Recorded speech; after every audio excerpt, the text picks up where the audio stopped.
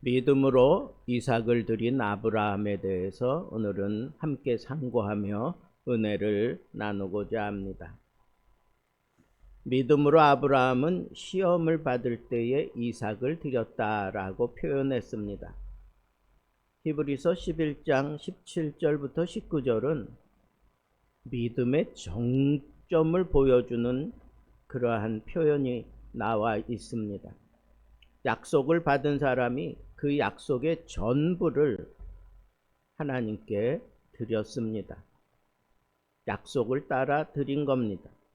이해되지 않는 명령 앞에서 설명 없는 순종을 선택한 아브라함입니다. 믿음은 축복을 받는 기술이 아니라 하나님을 하나님으로 인정하는 태도였던 것입니다. 시험은 약속의 사람에게 찾아옵니다. 오늘 본문은 시험을 받을 때에 라고 그렇게 표현했습니다. 여기에 시험은 물론 템프테이션, 유혹하는 게 아니라 테스팅, 이것이 어떨까 하는 것으로 증명을 위해서 하나님께서 시험했던 것입니다. 하나님은 아브라함을 무너뜨리기 위해서 시험하신 것이 절대 아닙니다. 그의 믿음을 세상에 드러내기 위해서 시험하셨던 것입니다. 아브라함은 이미 약속을 받은 사람이었습니다. 늦은 나이에 얻은 이삭은 그 약속의 실제며 기적의 증거였습니다. 그런데 하나님은 그 기적을 제단에 올리라고 말씀하십니다. 왜 하필 이삭일까? 이삭은 단순한 아들이 아니지 않습니까? 약속의 씨고 미래고 하나님의 신실하심의 증거가 아닙니까? 그런데 아브라함은 이 말씀을 받은 후에 즉각적으로 순종하는 모습을 보였습니다. 하나님은 아브라함에게 가장 소중한 것을 바치라고 요구하셨습니다. 어쩌면 우리의 믿음을 증명하기 위해서는 내게 가장 소중한 것을 하나님께 드리는 것이 바로 우리의 믿음의 성숙을 위한 시험인 것입니다. 그는 하나님이 지정하신 산 모리아로 즉시 떠납니다. 항의도 질문도 하지 않았습니다. 창세기 22장에 따르면 그는 모리아까지 3일 동안 걸었습니다. 여러분, 그 3일 동안 아브라함의 마음은 어땠을까요? 아버지의 심장 무너졌을 겁니다. 약속과 명령이 충돌하고 있는데 눈에 보이는 현실과 하나님의 말씀이 그 안에서 부단히 싸웠을 것입니다. 그렇지만 아브라함은 모리아로 향한 그 걸음을 잠시도 쉬지 않았습니다. 믿음은 감정이 정리된 후 순종하는 것이 아닙니다. 감정이 요동칠 때에도 그는 하나님이 지시하신 그 방향을 향해 꿋꿋하게 걸어가는 것입니다. 하나님은 우리에게도 이와 같은 모리아의 시간을 허락하십니다. 자녀 문제로, 건강 문제로, 사역의 열매, 명예와 어떤 자리, 우리가 붙들고 있는 그 모리아 길의 이삭은 무엇입니까? 하나님보다 더 소중히 여기고 있는 것이 무엇입니까?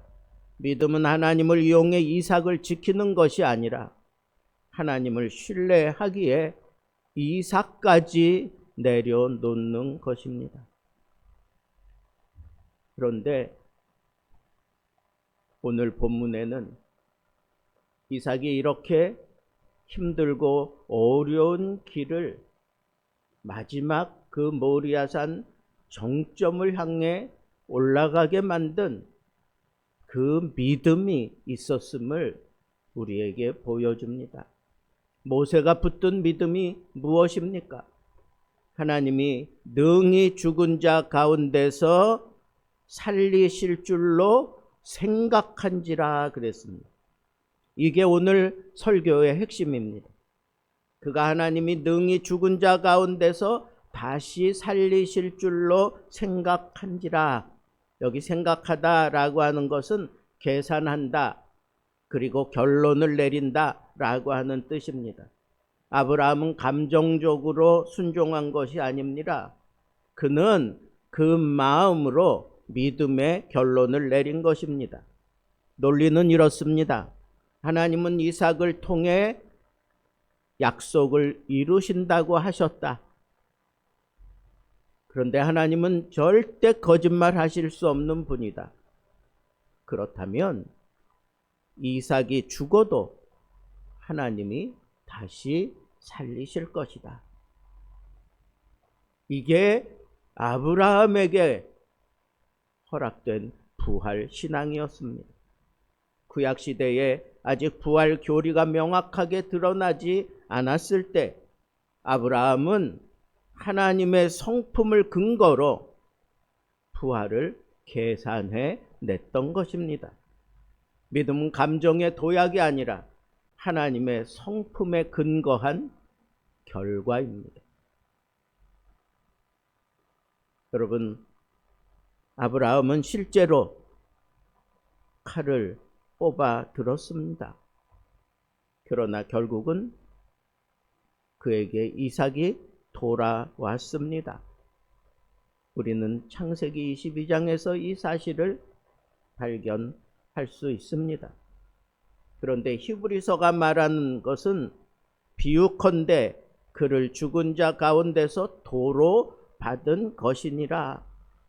믿음으로 드린 것은 결코 사라지지 않지만, 그리고 더 깊은 차원으로 돌아오는 법이지만, 실제로 아브라함은 이삭을 죽인 것과 다를 바가 없습니다. 내려놓은 자녀는 더 하나님의 사람이 됩니다. 포기한 명예는 더 깊은 존귀로 돌아옵니다. 헌신한 시간은 영원으로 기록됩니다. 하나님은 빼앗는 분이 아니라 더 큰 것으로 바꾸시는 분이 틀림없지만, 하나님께서 아브라함에게 요구하셨던 것은 바로 그것이었습니다. 하나님의 명령에 그는 그 모순까지, 그 충돌까지 자기 마음속에서 다 죽였어야 됐고, 실제로 그것을 실행하려고 했던 겁니다. 이쯤 되니까 하나님께서 더 급해지셨기 때문에 아브라함을 뜯어 말리셨던 것을 우리는 잘 알고 있습니다. 사랑하는 성도 여러분, 하나님은 우리에게 어떤 때는 참 심각한 그러한 상황을 만들어가며 하나님의 그 뜻을 이루기 위해서 우리를 막 코너로 몰고 가는 것 같은 때가 있습니다.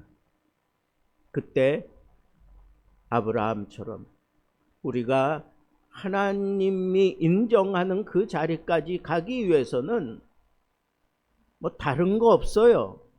아브라함이 그렇게 할 수 있었던 것, 히브리 기자가 얘기하는 것은 믿음으로 이삭을 드렸다 그랬어요. 믿음으로. 결국은 믿음이 하는 겁니다. 그 믿음의 결과가 어떻습니까?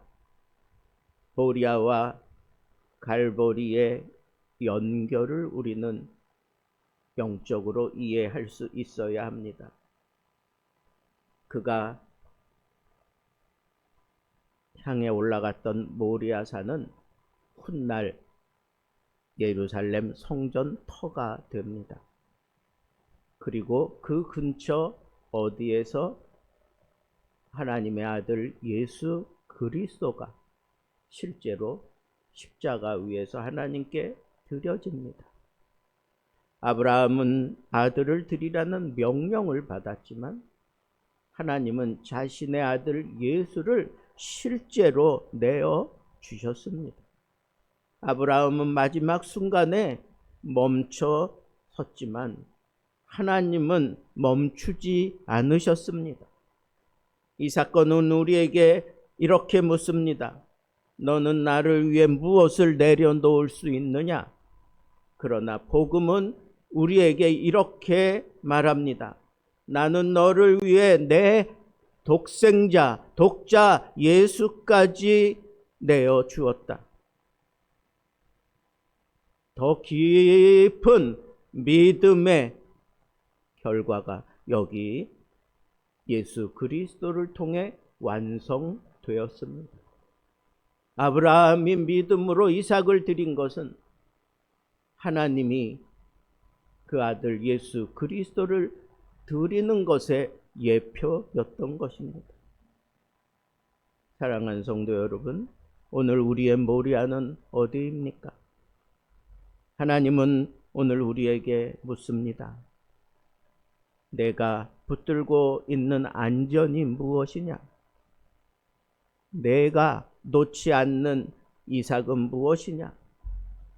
혹시 우리는 하나님을 믿는다고 하면서 결정적인 순간에 계산을 더 믿고 있지는 않습니까? 믿음은 이해한 후 순종하는 것이 아니라 신뢰하기에 순종하는 것입니다. 말씀을 맺겠습니다. 아브라함은 칼을 들었지만 절망하지는 않았습니다. 왜냐하면 그는 부활을 계산해 냈기 때문입니다. 믿음은 이렇게 말합니다. 끝이 아니다. 하나님은 능히 다시 살리신다. 약속은 죽지 않는다. 여러분의 가정에, 사역에, 기도 제목에 이미 하나님께서 우리 눈에 죽은 것처럼 보이는 영역이 너절하게 많이 있을지라도 아브라함의 이 믿음, 하나님은 능히 다시 살리신다. 이 부활신앙을 계산해 낼 수 있다면 모리아는 더 이상 상실의 자리가 아닙니다. 부활신앙이 태어나는 자리였던 겁니다. 우리의 고백도 이래야 합니다. 주님, 저는 이해하지 못해도 신뢰하겠습니다. 이삭보다 주님을 더 사랑하겠습니다. 그 믿음 위에 하나님의 더 깊은 역사가 임하여 모리아 그 산상에서 하나님의 최고의 사랑 십자가가 이루어졌던 이 사실을 우리는 가슴에 담고 하나님의 그 사랑이 나를 통해 비춰줄 수 있다고 한다면 그 어떤 순간에도 주저하지 말고 부활을 계산해내게 만들었던 하나님은 하신다, 하나님은 하실 수 있다 하는 이 믿음을 가지고 조금 더 주저하지 말고 하나님의 말씀에 즉시 끝까지 순종하여 하나님의 놀라운 은혜를 내 삶 속에 마음껏 누리며 살 수 있는 믿음의 사람들 되기를 우리 주님의 이름으로 축복합니다.